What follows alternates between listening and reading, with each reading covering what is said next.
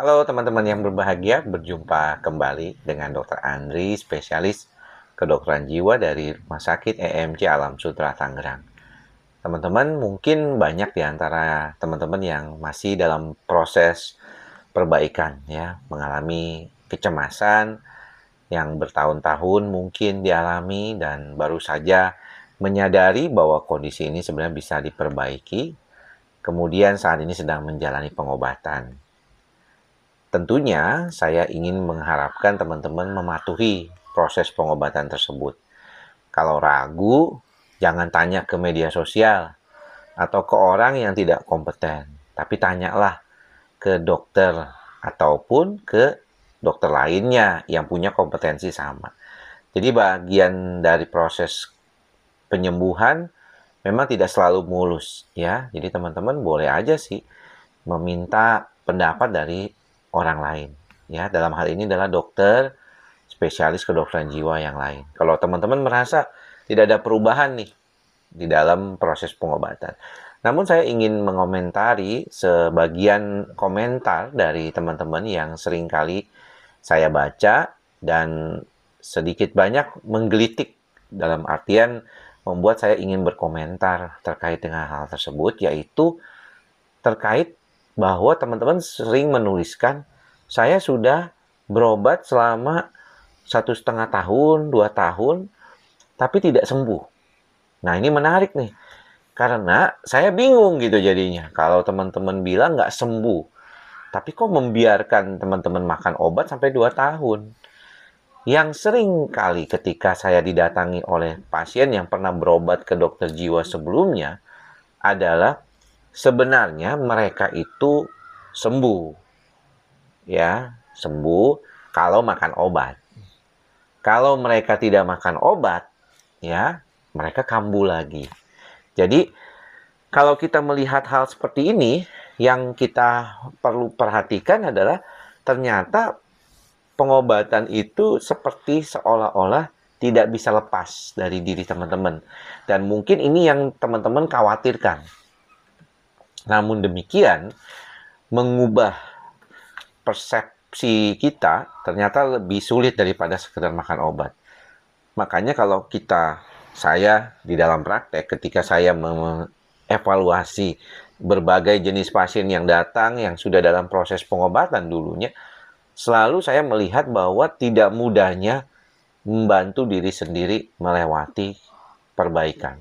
Ya, kita lihat bahwa tidak mudah nih ternyata ketika menyadari nih bahwa oh saya ini kenapa ya setiap mendengar sesuatu yang mengkhawatirkan ya, cerita tentang negatif atau apapun itu, langsung berasa aduh nggak enak nih badan saya, ikut-ikutan nggak enak. Orang cerita negatif ikut-ikutan atau membuat sisi negatif dari pikiran kita itu selalu dominan daripada sisi positifnya.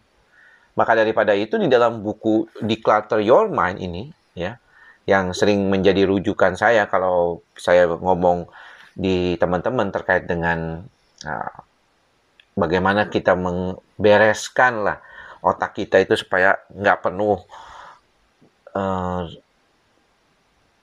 apa ya, kalau kita bilang tuh penuh dengan negatif gitu ya, penuh dengan situasi negatif, maka menyapu atau membersihkan pikiran-pikiran ini tidak mudah. Ada tahapan-tahapannya yang ada di dalam buku ini yang sebenarnya sebagian besar dari kita tidak melakukan. Ya, misalnya kayak mencoba mengenali stres tersebut. Bagaimana cara mengenalinya dan membuat kita lebih stabil, yaitu dengan cara mengurangi barang yang kita punya misalnya. Semakin banyak barang yang kita punya, semakin pusing kita. Ya kan? Banyak orang mengkaitkan dengan kebiasaan Barack Obama dan pemilik Facebook ya, Mark Zuckerberg, yang mengatakan kepada kita bahwa mereka itu pakai baju tuh selalu sama setiap harinya. Mark Zuckerberg itu pakai baju polos warna abu-abu yang seperti yang teman-teman mungkin perhatikan baju saya ini, tapi dia tidak ada kantong seperti ini, dia polos saja. Berbahan bahasanya pasti mahal ya, walaupun kelihatannya cuma polos, pasti itu kualitas tinggi. Dengan jeans, udah Ya, Barack Obama juga selalu kebanyakan kalau kita lihat dia menggunakan setelan yang warnanya tuh senada gitu ya. Baju putih, baju biru muda atau biasanya tuh yang seperti itu navy blue atau dengan jas yang navy blue. Jadi nggak terlalu banyak problem. Ya, Bapak Jokowi presiden kita juga demikian ya. Kebanyakan di dalam acara-acara menggunakan baju putih gitu ya dan sepatu kets gitu ya. Jarang beliau menggunakan baju-baju yang lain gitu, paling jaket atau batik. Kita lihat sampai 10 tahun terakhir ini kita lihat begitu ya. Jas itu jelas kalau acara-acara resmi biasanya. Dan selalu jasnya hitam, kalau enggak biru, ya biru tua biasanya atau biru yang ngejreng gitu kan ada satu. Jadi membuat satu kesimpulan bahwa ketika kita memiliki sedikit banyak pilihan dan punya banyak pilihan itu akan lebih memusingkan punya banyak pilihan sebenarnya. Walaupun hidup yang banyak pilihan itu salah satu hidup yang menyenangkan. Karena bisa memilih. Misalnya daripada saya hanya makan nasi saja, saya punya pilihan lain misalnya. Tetapi kalau kita terlalu banyak pilihan, terlalu banyak ya, kan kita selalu bilang terlalu banyak pilihan, maka itu malah membuat kita agak sulit.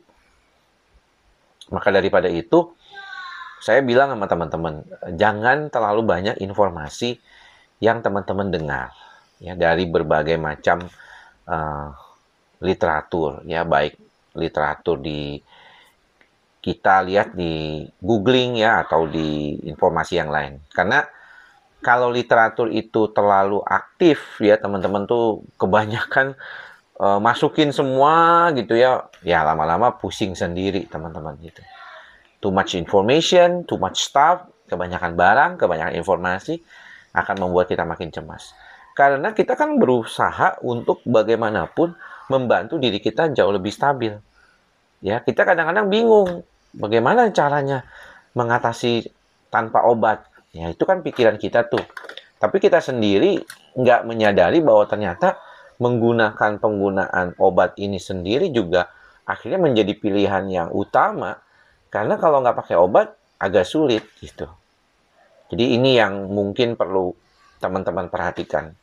Ya, salah satu hal yang sering kita tekankan adalah belajar bukan cuma obat yang bisa ngebantu kita, tapi juga cara-cara lainnya.